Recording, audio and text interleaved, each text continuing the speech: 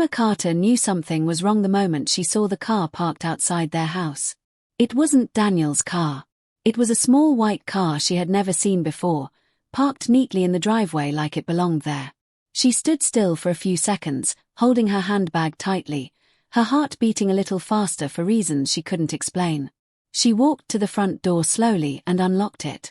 The house was quiet, but she could hear voices coming from the living room. Daniel was home early. That was unusual. He was always working late these days. Emma stepped inside and took a few steps toward the living room. Then she stopped. A young woman was sitting on the couch. Her hands were resting on her stomach. Her very pregnant stomach. Daniel was standing next to her. For a moment, Emma thought she had walked into the wrong house. Her mind refused to understand what her eyes were seeing. Daniel looked up and froze when he saw Emma. The room suddenly felt very small and very cold. "Emma, you're home early," he said nervously. Emma didn't respond. She couldn't. Her eyes were fixed on the woman's stomach. Then she slowly looked at Daniel. "Who is she?" Emma finally asked, her voice quiet but shaking. Daniel took a deep breath like he had been preparing for this moment for a long time. "This is Lisa," he said. "And she's pregnant." Emma felt her fingers go numb. She tried to speak, but no words came out. She just kept looking from Daniel to the woman and back again. Finally, she whispered, "Why are you telling me this?" Daniel swallowed and then said the words that would destroy 7 years of marriage in just one moment. "Because the baby is mine." The world seemed to stop. Emma felt like the floor disappeared under her feet. She grabbed the back of a chair to keep herself from falling. She stared at him, waiting for him to laugh, to say it was a joke, a mistake, anything. But he didn't. Instead, he said something even worse.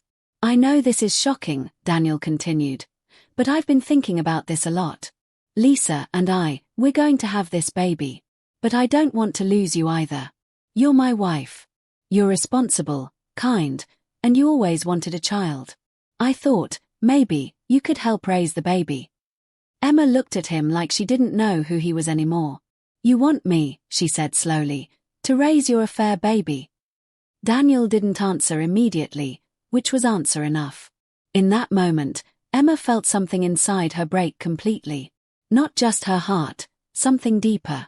Trust, love, respect, 7 years of memories, everything shattered in silence. She realized she was standing in her own house, looking at her own husband, and yet she had never felt like such a stranger in her life.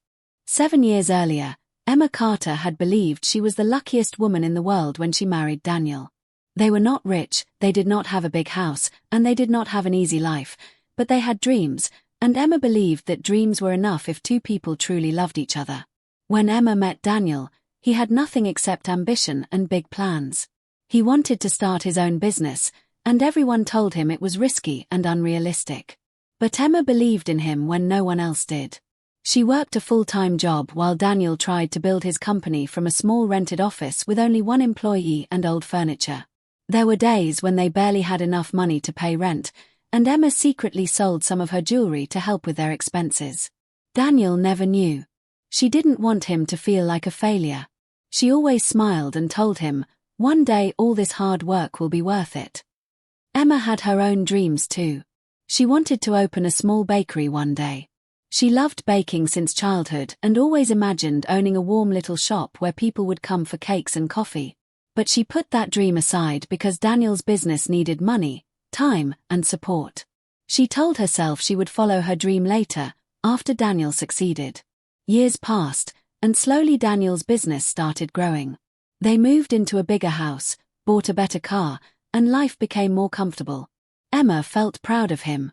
She felt proud of them. She believed they had built everything together. The only thing missing in Emma's life was a child. Many times, she talked to Daniel about having a baby. Every time, he gave the same answer. "Not now, Emma. The business is still growing. We need to focus on our future. We'll have a baby later, I promise." Emma trusted him. She always trusted him. She believed that he was working hard for their future and their family. But about a year ago, Daniel started changing. He began coming home late almost every night. He was always busy on his phone. He started going on business trips more often. When Emma tried to talk to him, he seemed distracted and distant. He stopped asking about her day. He stopped noticing the little things. He stopped holding her hand, stopped laughing with her, stopped looking at her the way he used to. Emma told herself he was just stressed because of work. She told herself marriage changes over time. She told herself everything was fine. She trusted him so much that she never imagined he was slowly building another life while she was still protecting the one they built together. The night Emma saw Daniel with the pregnant woman was not the first time she felt something was wrong. Deep inside, she had known for months that something in her marriage was slowly breaking, but she had been too afraid to face the truth. About 3 months before that night, Emma had accidentally seen a message on Daniel's phone. He had been in the shower, and his phone kept lighting up with notifications. Emma normally never checked his phone because she trusted him completely. But that night, something made her look. The message was simple. "I miss you. When will I see you again?" Emma felt her stomach drop. She didn't want to believe what she was thinking. She told herself it must be work, a misunderstanding, anything but what it looked like. But then she opened the messages and saw weeks of conversations, late-night chats, heart emojis, plans to meet, hotel bookings, and pictures. Her hands were shaking so badly that she almost dropped the phone. When Daniel came out of the bathroom, he saw her sitting on the bed, holding his phone, her face pale and eyes full of tears. He knew immediately that she knew. At first, he tried to lie. He said she was just a client, then a friend, then a business partner. But when Emma showed him the messages, he finally stopped lying. "Yes," he said coldly. "I've been seeing someone else." Emma felt like someone had punched her in the chest. She couldn't breathe properly. "Why?" she asked quietly. "Was I not enough?" Daniel sighed like he was tired of the conversation. "It just happened, Emma. You wouldn't understand. Things between us have been boring for years. Lisa makes me feel alive again." Those words hurt more than the affair itself. Emma cried that night more than she had ever cried in her life. She begged him to end the affair and fix their marriage. She reminded him of their 7 years together, their struggles, their dreams, everything they had built together. Daniel didn't promise anything. He just said, "I'll think about it." Weeks passed, and Emma lived in constant anxiety, hoping he would choose their marriage. But instead, he made a decision that destroyed everything completely. He brought Lisa into their house, pregnant with his child. And then he said something Emma would never forget for the rest of her life. "I don't want a divorce," Daniel said calmly. "I care about both of you. Lisa is going to have my baby, but you are my wife. You're kind, responsible, and you always wanted a child. I think it would be best if the baby lives here with us. You can help raise the baby." Emma stared at him in disbelief. She couldn't believe the man she loved for 7 years could say something so cruel, so selfish, so heartless. In that moment, Emma finally understood something very important. Daniel didn't love her. Maybe he never did. He only loved what she did for him, how she supported him, how she made his life easier. But he never truly respected her, never valued her sacrifices, never cared about her heart. That night, Emma cried alone in the bedroom for hours. But sometime before morning, her tears stopped. She looked at herself in the mirror, her eyes red and swollen, and she barely recognized the woman staring back at her. And that was the moment everything changed. That was the moment Emma stopped being Daniel's wife and started becoming herself again. The morning after the worst night of her life, Emma woke up feeling strangely calm.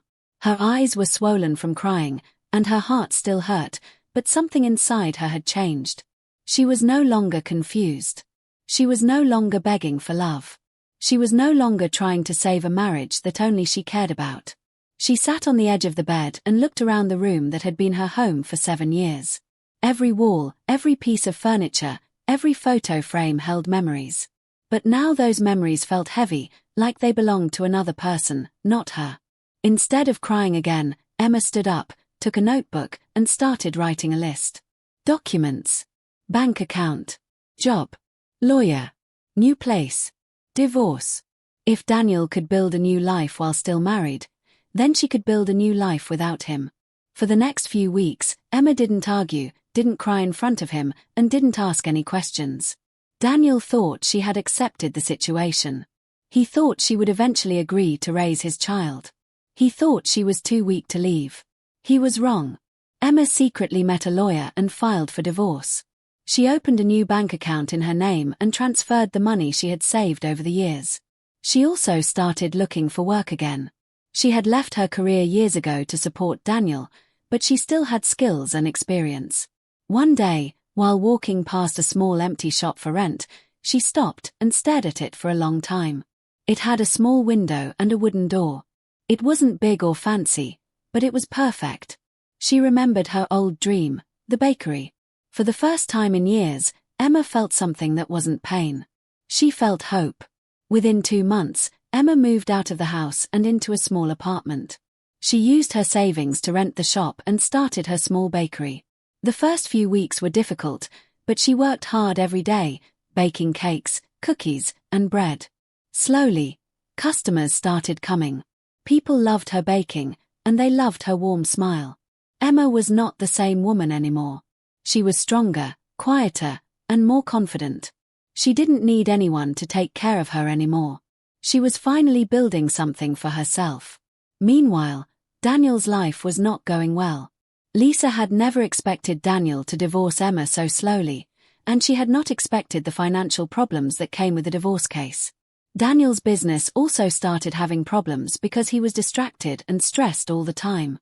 He was fighting legal battles, relationship problems, and business issues at the same time. The stress changed everything. Daniel and Lisa started arguing almost every day. The relationship that once felt exciting and new quickly became full of problems and blame. Lisa realized life with Daniel was not as perfect as she imagined. One day, she left him. She took the baby and moved to another city to live with her parents, leaving Daniel alone in the big house that suddenly felt empty and cold. For the first time in many years, Daniel had time to think. And when he finally looked at his life carefully, he realized something terrible. He had lost the one person who had stood beside him when he had nothing. And now, when he had everything, he had no one. Almost a year later, on a quiet afternoon, the small bell above the door of Emma's bakery rang softly as someone walked in. Emma was behind the counter, arranging fresh cupcakes in the display. The sweet smell of vanilla and coffee filled the air. Her life was simple now, peaceful in a way she had never known before. Emma. She froze for a second when she heard the familiar voice. Slowly, she looked up. Daniel was standing there. He looked different. Tired. Older. The confidence he once carried so easily was gone. His eyes held something she had never seen before, regret. For a few seconds, neither of them spoke. "I didn't know this place was yours," Daniel finally said, looking around. "It's beautiful." Emma gave a small, polite nod. "Thank you." There was no anger in her voice. No pain. Just calm distance. Daniel stepped closer to the counter, his hand slightly shaking. "Emma, I've been wanting to see you for a long time." She stayed silent, waiting. "I made a mistake," he said, his voice breaking. "The biggest mistake of my life. I lost everything. Lisa left. The business is struggling. But none of that matters as much as losing you." Emma listened quietly, her expression unchanged. "I was selfish," he continued. "I didn't see your value. I didn't appreciate everything you did for me. But now I understand. I understand what I lost." He looked at her with desperate hope. "Please, give me another chance. We can start again. I know I don't deserve it, but I'm asking you anyway." Emma looked at him for a long moment. This was the man she had once loved more than anything. The man she had trusted, supported, and believed in for 7 years. But now, she felt nothing. No anger. No love. Just peace. She took a deep breath and spoke softly, but her words were firm. "I gave you 7 years of my life," she said. "I stood by you when you had nothing. I believed in you when no one else did." Daniel lowered his eyes, unable to speak. Emma continued, her voice steady and strong. But you didn't just break my heart, Daniel. You disrespected me. You treated me like I didn't matter. She paused, then looked directly into his eyes. And now, I choose myself. Daniel closed his eyes, the weight of her words hitting him deeply. He nodded slowly, knowing he had lost her forever. Without another word, he turned and walked out of the bakery. Emma watched him leave, then turned back to her work. The bell rang again as the door closed behind him, but this time she didn't look back. Because she had finally learned the most important lesson of her life. Self-respect is more important than love. Never stay where you are not valued. And choosing yourself is not selfish, it is necessary.